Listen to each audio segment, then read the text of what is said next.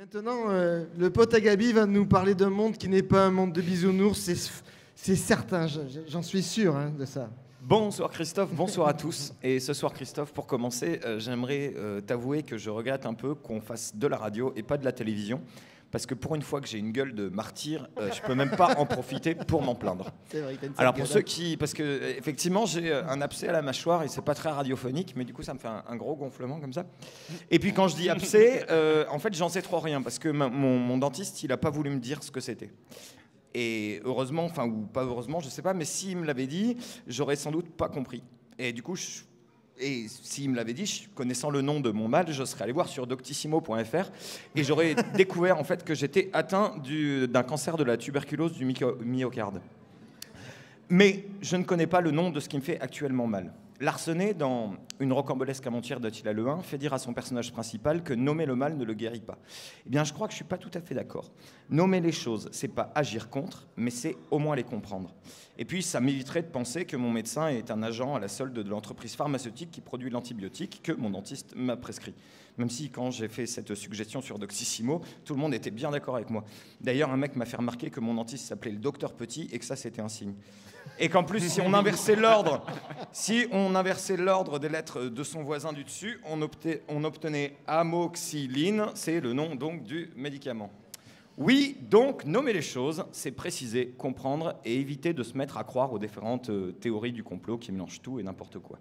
Et justement, en parlant de nommer, l'événement de ce début de semaine, pour moi, c'est la sortie de la nouvelle édition du Petit Robert, qui intègre de nouveaux mots, parmi lesquels on peut citer entre autres bœuf, bolos, l'expression tendu comme un string aussi, et puis le mot baltringue. Et ça me rend triste. Si toi, Christophe, qui parle pas le jeune, tu sais pas ce que ça veut dire, en gros, baltringue, c'est un type peu digne de confiance, passiblement ridicule, inapte. Ce qui me rend triste, en fait, c'est que le sens présent, c'est un glissement de sens. Parce qu'à l'origine, le baltringue, c'est dans l'argot des gens du cirque un terme qui désigne ceux qui montent et démontent les chapiteaux, ceux qui donnent la bouffe aux lions et tout ça. Les techniciens invisibles qui travaillent dur dans l'ombre des artistes pour que le show must go on, quoi. Ben, ce glissement sémantique me fait de la peine. Et puis, c'est pas le seul. Et on le sait, depuis quelques 30-40 ans, le sens des mots change, les mots mêmes disparaissent. On assiste de manière plus ou moins impuissante à un éboulement sémantique. Le choc entre la tectonique des phrases, éruption de néologismes creux aux conséquences pleinement grammatiques. Les langues vivent, bien entendu. L'argot fut de tout temps une langue destinée à retrouver ou à cacher des mots que le pouvoir confisque. Et qu'elle se mêle au langage courant, ben c'est bien naturel. Mais si moi, je n'ai pas à m'apporter d'humble chroniqueur, si je n'ai que des mots limités, trop vagues, trop vastes, trop flous, comment je vais pouvoir raconter le monde de demain, ou même le monde d'aujourd'hui? Le respect que mes jeunes n'arrêtent pas de se demander, ou plutôt d'exiger. Qu'est-ce qu'il veut dire? Et qu'est-ce que moi je veux signifier, moi, quand je leur demande de respecter les règles, de respecter le matériel, de respecter leurs camarades, de respecter l'environnement?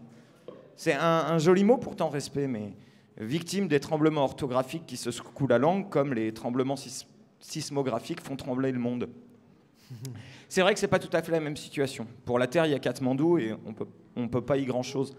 On n'y peut pas grand-chose. Mais pour la langue, il y a qu'à demander. Après tout, si le management importe ces mots comme le Muda, le Kaizen, le Lane, et qui font ça, alors pourquoi nous, on ne pourrait pas faire de la même chose? Les langues du monde regorgent de mots intraduisibles qui nous font peut-être défaut. La saudade portugaise qui désigne cette nostalgie heureuse d'un temps révolu. Le Schadenfreude allemand qui parle de cette joie qu'on éprouve à la vue du malheur d'un autre. Mot précis et ainsi nommé qu'on peut identifier et combattre. Et puis le japonais avec un mot pour décrire le reflet de la lune sur le cours d'eau, le brésilien qui sait comment nommer le soleil qui filtre entre les feuilles des arbres, et l'espagnol qui sait dire les longues conversations qu'on a après le repas, où sans aucun doute on prend le temps de refaire le monde. Alors, dictionnaristes et lexicologues de tous les pays, unissez-vous, faites-nous un dictionnaire qui nous permettra de dire le monde de manière moins fade, moins navrande, et puis néologiser, inventer, créer. Et on se retrouvera sans doute avec des baltringues fiers de leur boulot, un public fier de ces baltringues, et des mecs sous les feux de la rampe qui savent ce qu'ils doivent aux uns et aux autres.